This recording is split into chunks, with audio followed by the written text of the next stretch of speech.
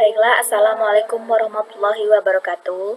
Nah, nama saya Yuliana Frastika, NIM 2017 53015. Nah, di sini saya akan menjelaskan approachment. Nah, sedikit ulasan dari saya. Approachment adalah proses pengadaan barang atau jasa pemerintah yang pelaksanaannya dilakukan secara elektronik berbasis web atau internet dengan memanfaatkan fasilitas teknologi komunikasi dan informasi, meliputi pelelangan umum secara elektronik yang diselenggarakan oleh layanan pengadaan secara elektronik. Nah, saya simpulkan yaitu approachment yaitu suatu bisnis yang secara online yang dilakukan secara elektronik dengan berbasis web, memanfaatkan komunikasi teknologi yang meliputi pelelangan umum itu diselenggarakan oleh layanan pengadaan secara elektronik. Oke. Tujuan approachment itu meningkatkan transparansi dan akuntabilitas, memenuhi kebutuhan akses informasi yang real time, meningkatkan akses pasar dan persaingan usaha yang sehat, mendukung proses monitoring dan audit, memperbaiki tingkat efisiensi proses pengadaan. Nah, selanjutnya manfaat approachment itu mendapatkan penawaran yang lebih banyak, memudahkan proses administrasi, memudahkan pertanggungjawaban proses pengadaan. Untuk penyelia sendiri itu untuk menciptakan persaingan usaha yang sehat, memperluas peluang usaha, membuka kesempatan pelaku usaha mengikuti lelang, mengurangi biaya transportasi untuk mengikuti lelang. Nah, untuk masyarakat sendiri memberikan kesempatan luas untuk mengetahui proses pengadaan. Nah, selanjutnya ada konsep penerapan. Di sini ada paperless, efisiensi, online efektif, potensi arisan hilang dan penawaran kompetitif, transparan dan dapat diakses publik, akuntabilitas publik, pembatasan peroleh pekerjaan atas dasar kemampuan teknis dan keuangan, potensi proyek alami, kemacetan menurun. Indikator keberhasilan approachment, indikator keberhasilan tujuan, jumlah kasus KKN pada proses pengadaan barang jasa atau kecil, indikator keberhasilan sasaran, efisiensi anggaran tinggi, efisiensi cepat dan tepat waktu, efisiensi sumber daya manusianya rendah, jumlah penyediaan barang dan jasa berpartisipasi di pengadaan, jumlah penyediaan barang dari luar daerah besar, jumlah temuan BPK pada proses pengadaan barang kecil, adanya media informasi atas proses pengadaan yang diakses publik, data efektif. Nah, ada konsep penerapan approachment. Yang pertama itu menetapkan jadwal evaluasi penerapan. Panitia mengadakan atau mengupload, menyusun OE, menyusun dokumen lelangnya, kemudian disubmit, kemudian di submitnya itu sekretariat layanan approachment yang melakukannya, ya kan. Server firewall itu sistem informasi approachment, staff admin, penyelia barang atau jasa itu mendownload dan mempelajari dokumen lelang, memilih paket pekerjaan, menghitung penawaran. Kendala umum approachment: sulit mengubah budaya kerja dari manual ke elektronik. Nah, biasanya sebelum adanya elektronik atau onlinean atau bisnis online, semua itu kemarin menggunakan kerja yang manual, seperti misalnya kalau mencatat data-data itu manual melalui kertas atau apa. Nah, sekarang adanya database dan aplikasi online untuk menyimpan semua data-data atau merekap semua data, jadinya lebih mudah. Kemudian sulit membiasakan diri bekerja berdasarkan standar operasional dan prosedur ketat. atau SOP berdasarkan Kepres 80/2003. Curiga dan takut akan hilangnya tambahan pendapat dari modal atau mekanisme kerja lama internal dan eksternal. Penyakit KKN sudah berjalan sistematik. Nah, di sini ada dampak positifnya, itu terjadi efisiensi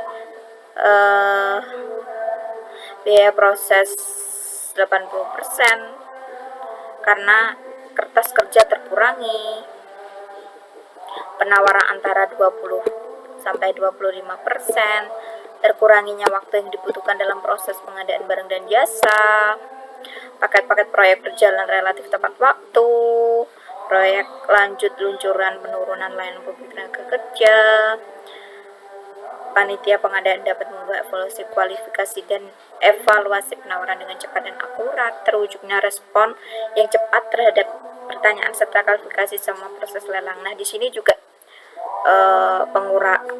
pengurangan tenaga kerja tentunya ya. Jadi semakin banyak online, maka semakin sedikit juga yang dipekerjakan. Nah, itu berdampaknya mungkin itu di dampak negatifnya. Oke, selanjutnya ini lanjutan dari dampak positifnya ya. Approachment, berkurangnya kebutuhan personel yang terlibat dalam penerimaan, pencatatan dan maupun distribusi pelayanan. Administrasi lelang, terciptanya rantai audit dalam rangka transparansi dan menilai integritas pihak-pihak terkait proses lelang. Terwujudnya media bagi masyarakat untuk awasi pekerja dengan spesifikasi teknik kerja dapat di-download di situs. Tidak ada temuan BPK yang berasal dari proses pengadaan barang dan jasa. Arah pengembangan approachment daerah. Searching sebagai katalog elektronik rujukan standar teknis barang atau jasa publik bagi pengguna. Salah satu source harga pasar dikembangkan dengan price supply chain management. Enforcement sebagai pemenuhan lifestyle para pengguna yang mempunyai mobilitas tinggi. Nah, helpdesk aplikasi dan standar implementasi enforcement sebagai panduan bagi instansi pemerintah BUMN. Software IKP itu infrastruktur kunci pabrik dan pembentukan lembaga CA sejalan dengan implementasi UU ITE.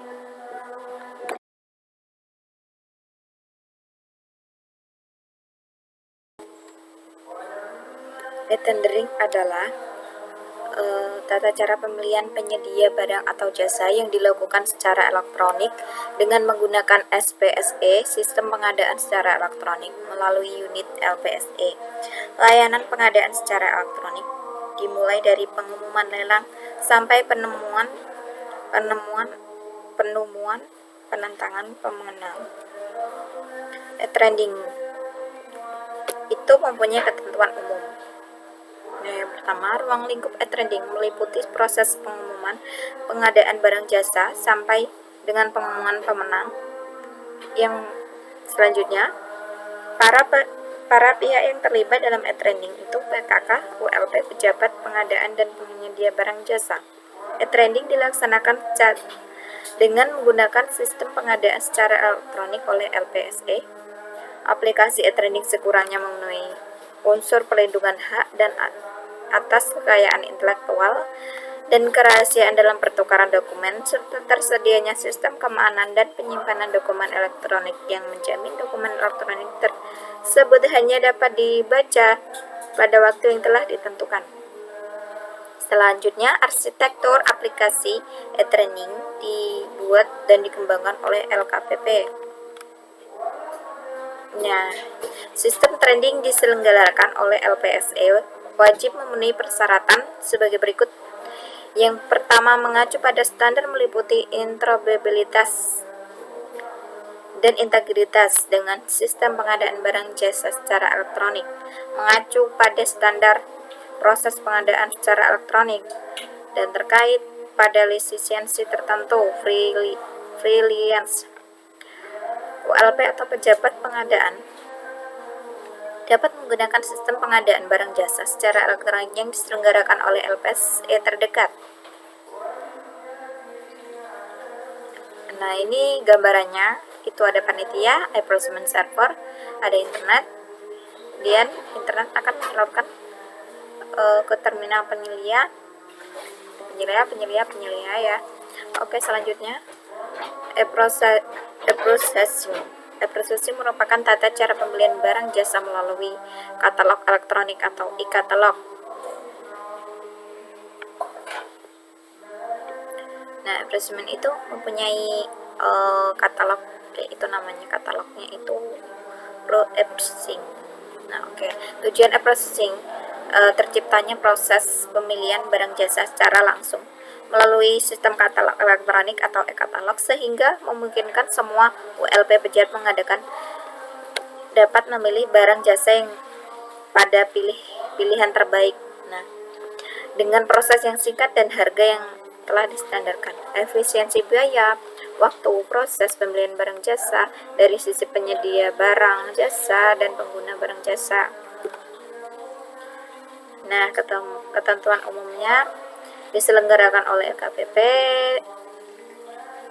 dengan memuat informasi spesifikasi dan harga barang jasa. Informasi e-katalog oleh LKPP dilakukan dengan membuat framework kontrak antara LKPP dengan penyedia barang jasa pada sistem e-katalog diketentukan sendiri oleh LKPP.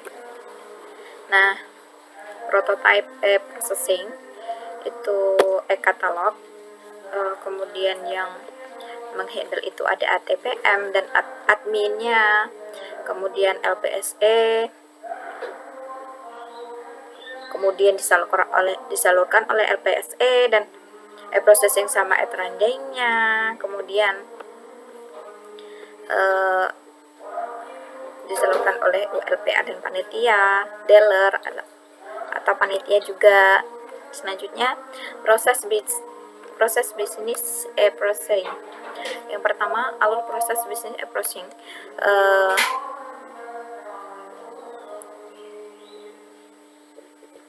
Alur proses e-katalog tipe 1, integrasi sistem pengadaan nasional. Ada alur proses bisnisnya. Yang pertama, pre-katalog, framework contact chat, kemudian e-katalog, kemudian e-processing.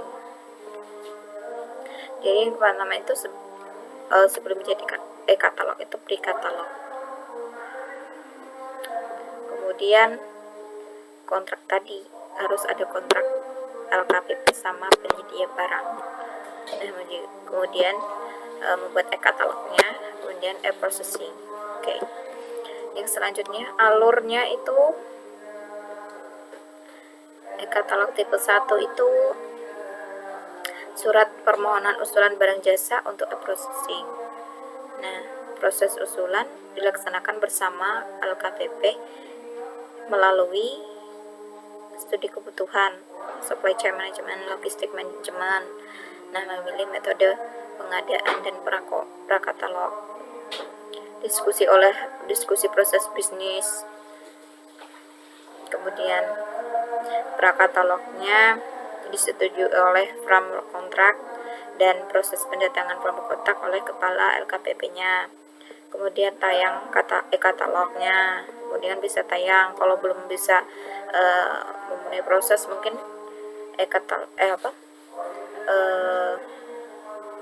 prakatalognya belum di ACC gitu, berarti belum jalan, harus ada proses dulu dan syarat-syaratnya harus memenuhi sehingga bisa tayang e-katalog. Nah, selanjutnya e-processing. Nah, e-processing itu ada surat pesanan dari KLDI melalui LPSE.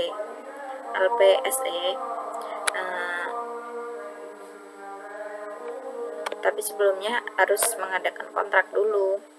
Nah, yang penyedia barang jasa itu merespon proses pesanan dan menegosiasi harga jika diperlukan kontrak. Nah, kemudian monitoring evaluasi untuk pelaksanaan framework kontrak dan penyerahan anggaran. Nah, terima kasih. Wassalamualaikum. warahmatullahi wabarakatuh.